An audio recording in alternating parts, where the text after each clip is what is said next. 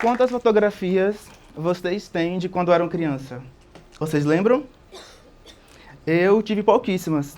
E foi exatamente por isso que eu decidi começar a fotografar e documentar a vida da minha família. Tudo começou lá em 2020, inclusive ano esse que eu considero que foi o pior ano e o melhor ano da minha vida. O pior porque eu perdi uma pessoa muito especial para mim, que é a minha avó. E alguns de vocês podem se perguntar como que um ano tão difícil, um ano que a gente passou pela pandemia, acredito que um ano difícil para todo mundo, ainda assim conseguiu ser o melhor ano na vida de uma pessoa. E foi exatamente o que aconteceu comigo. E é muito doido pensar sobre isso, porque eu digo que 2020, ele moldou, reconstruiu e mudou totalmente a minha vida, profissionalmente, mas principalmente pessoal. Em 2020, ali logo no começo, eu já fazia alguns registros, estava na verdade engateando nesse rolê de fotografia, e já usava os meus primos como meus cobaias, como os meus modelos, e já usava a minha casa, na verdade o meu quintal, como meu estúdio.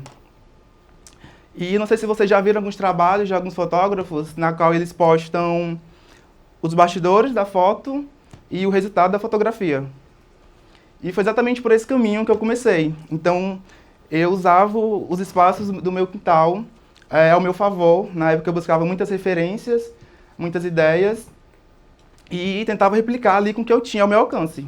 Então, colocava eles perto de plantas, perto de tijolos, dentro ali pertinho das terras mesmo, do nosso quintal. Mas foi um trabalho que eu fiz, que na verdade foi por um curto período de tempo, porque eu comecei a perceber que, na verdade, o resultado final dessas fotografias, elas não me enchiam tanto os olhos como os bastidores. Eu comecei a olhar os bastidores como a minha principal importância naquele momento. E foi muito meio conturbado falar isso para as crianças, porque elas gostavam muito de se ver na questão do resultado final da fotografia.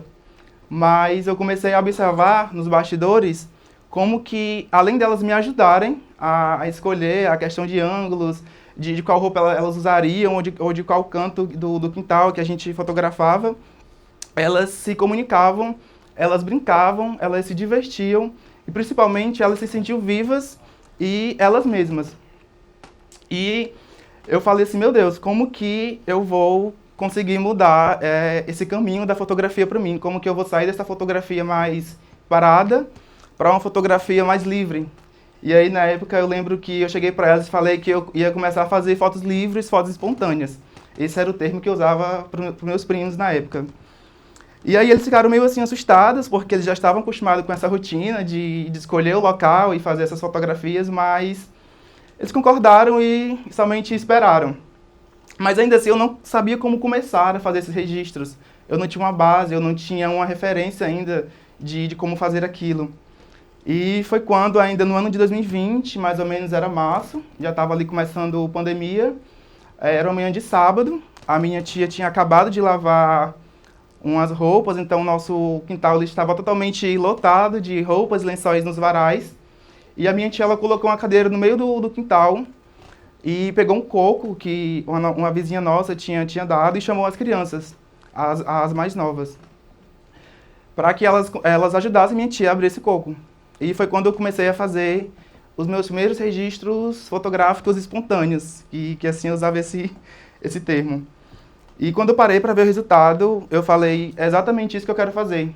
Justamente pela necessidade e pela falta que eu tenho de enxergar fotografias minhas quando eu era criança, porque eu acredito que eu perdi um pouco desse resgate afetivo e que eu não consigo voltar em alguns tempos da minha vida que eu consegui me recordar de algumas lembranças. Então isso para mim faz muita falta. E foi quando eu comecei, quando decidi que dali para frente eu faria isso pela minha família.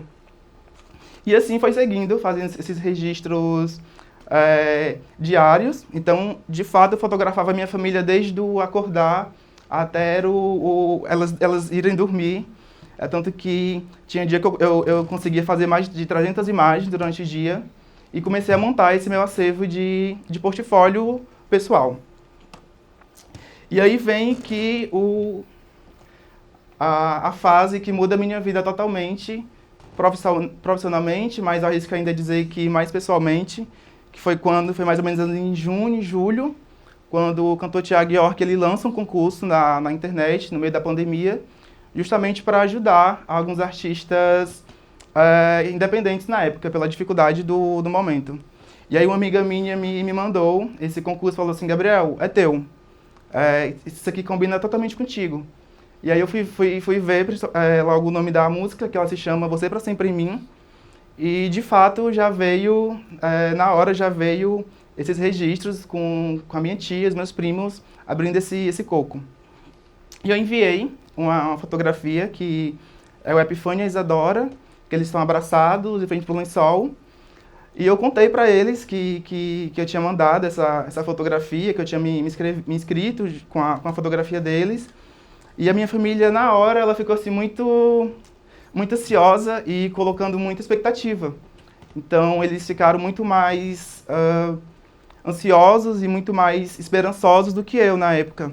Até porque eu pensava que como que eu, uma pessoa totalmente anônima, totalmente tímido, que mora lá em Guaiúba, que é uma região metropolitana aqui de Fortaleza, como que eu, que tinha acabado de começar na fotografia, um caminho de fotografia que eu nunca tinha seguido, com equipamento na época que eu achava que não era tão potente ou que não me trazia bons resultados, como que eu, que estava narrando a minha família, o meu cotidiano, teria algum impacto para ser notado por alguém que é conhecido nacionalmente.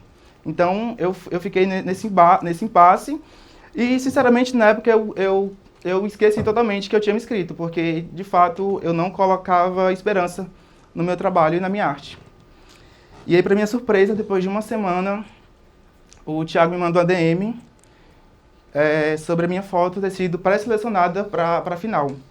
E aí eu lembro que ela foi para uma votação e eu ganhei. E hoje em dia a minha fotografia, ela assina uma capa do Thiago York que se chama Você Pra Sempre em Mim.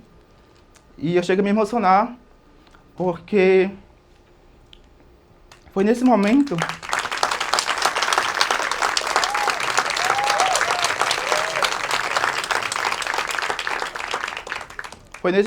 que eu vi que a fotografia talvez ela não seja o meu sonho, mas que ela sempre foi o meu destino. E que dali em diante, ela só me confirmou que muitas das vezes a gente olha tanto para as portas que estão fechadas que a gente acaba esquecendo de olhar para as janelas que estão abertas. De como é importante a gente ter perto da gente pessoas que acreditam na gente e na nossa arte. E dali em diante só me confirmou que eu estava no caminho certo e eu comecei a fazer esses registros com mais frequência. E eu comecei a narrar e contar histórias. E hoje em dia é muito massa porque eu recebo mensagens diárias de outras pessoas falando que o quanto que a minha família, os meus registros, elas são uma forma de resgate afetivo de outras famílias. Elas se veem nos cotidianos, principalmente também por essa falta dessas imagens quando eram crianças. E hoje em dia eu narro não somente a minha família, mas a nossa história e coloco a gente como nosso protagonista. Algo que por muitas vezes a gente não se via nas telas, nas imagens. E a fotografia ela me abriu muitas portas, não somente falando sobre trabalho, mas como pessoa. Ela me mostra que eu sou um sonho real, o meu trabalho é um sonho real, e tudo que eu faço é em prol de uma causa muito íntima e pessoal minha, que por muitas gerações antigas da minha família, a gente não tinha tanto esse ciclo afetivo, né? Verbalizar afeto pra gente era muito difícil. Criar ela era muito difícil, comunicação um com o outro era muito difícil. E a gente conseguiu se reconstruir em um ano tão difícil, pra gente, inclusive, mas que a gente conseguiu juntos, e principalmente com esse laço, com esse elo afetivo, a gente conseguiu nos moldar e conseguir verbalizar esse afeto entre a gente mesmo. E aí, posteriormente, com esses registros, em 2021, ali bem no comecinho, esse meu primo que estampa esse single, ele ganhou um pintinho na época, mas a minha tia, ela sempre meio que limitava a questão de criar animais em casa, porque o nosso quintal é muito pequeno, então a gente não tinha espaço para uma vida ali. E na época ela cedeu, mas com algumas condições, que ele na época ele tinha acho que uns 6, 7 anos, e que o pintinho seria 100% responsabilidade do Epifânio. E na época ele assistia muito as Garras da Patrulha, ele era muito fã de Garras da Patrulha, e ele colocou o nome do pintinho de Erenilson, era o Erenilson Júnior. E na verdade foi uma das histórias mais lindas que não só eu, mas a minha família em si, a gente pôde assistir e principalmente eu pude documentar. Então, hoje em dia eu tenho um acervo de fotografias da Epifânio com o Erenilson, do primeiro dia que ele chegou lá em casa até o último dia que ele se foi, o dia da partida do Erenilson. E, na verdade, o Erenilson, ele foi uma válvula de escape para o Epifânio. Foi um laço afetivo que a gente não via e não sentia por perto há muito tempo. O Erenilson, ele se tornou para Epifânio, a minha tia na época falava que ele era uma escuta em silêncio. Que o Erenilson, ele era um diário pessoal do Epifânio, onde ele continha o passado, o presente e o futuro que o Epifânio pretendia seguir. E aí, teve um dia que, inclusive, é uma das imagens que eu mais me emociono do meu trabalho, que é quando o Epifânio ele chega em casa totalmente triste, tanto que ele nem procurava mais ninguém, nem eu, nem minha tia, nem os irmãos. Ele direto corria para o quintal para falar para o Erenilson como tinha sido o dia dele. E ele chegou muito triste. Eu já estava fazendo umas fotografias, já estava com a câmera na mão. E ele abraça o Erenilson, pega ele no colo, coloca perto do rosto dele e começa a chorar. Ele fecha o olho e começa a chorar. E aí foi quando eu consegui fazer uma foto, que é o olhinho dele, o olhinho fechado, a lágrima descendo, ele com o galinho e o Erenilson olhando para o tempo. Inclusive, na época, eu descrevi essa imagem que, enquanto o olho chora, o outro espia o tempo procurando a solução. E é exatamente isso que a minha tia, ela faz dentro de casa com a gente. Enquanto uma pessoa um de nós está ali meio triste ou desamparado, ela sempre procura uma solução e ela sempre encontra a solução. E a fotografia, ela tem me mostrado que muitas das vezes o nosso ciclo afetivo, falando assim, um ciclo familiar, ele precisa e ele pede para que a gente consiga eternizar laços, principalmente laços familiares, que a gente não perca esse sentimento que muitas das vezes passa despercebido. E a minha fotografia, ela é muito voltada para detalhes. Eu sempre tive esse olhar mais perspectivo para aquilo que antigamente eu passava e eu totalmente ignorava. E hoje em dia eu conto com um acervo de fotografias de mais ou menos 12 mil imagens da minha família. E eu acredito que esse meu destino, esse meu propósito nesse caminho de fotografar, ele já está sendo, na verdade, sendo feito.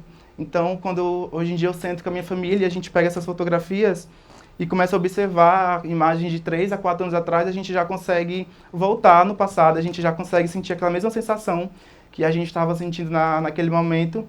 E é para isso que eu faço meu trabalho, e é para isso que muitas das vezes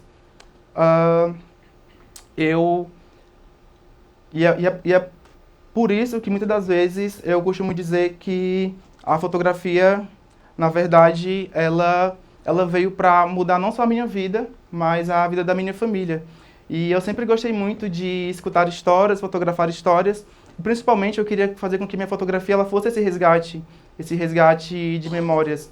E hoje em dia, vendo tudo o que a gente já passou e tudo o que a gente conseguiu construir, que inclusive antes da fotografia a gente ainda tinha uns laços muito quebrados, né? A gente não se comunicava muito, a gente não tinha muitas relações afetivas. E a partir da fotografia eu vi que a gente começou a construir pontes onde existiam muros. E isso foi muito importante, não só para mim, para o meu crescimento profissional quanto pessoal, mas para moldar tudo aquilo que a minha família ao meu redor pensava sobre o que era de fato afeto. E acredito que amar é ser percebido, e hoje em dia eu me sinto a pessoa percebida por aqueles que eu amo e percebo. E por mais que eu não tenha muitas fotografias quando eu era criança, hoje em dia eu posso dizer que eu sou a lente que fotografa não só a infância dos meus primos, mas o presente da minha família. Obrigado.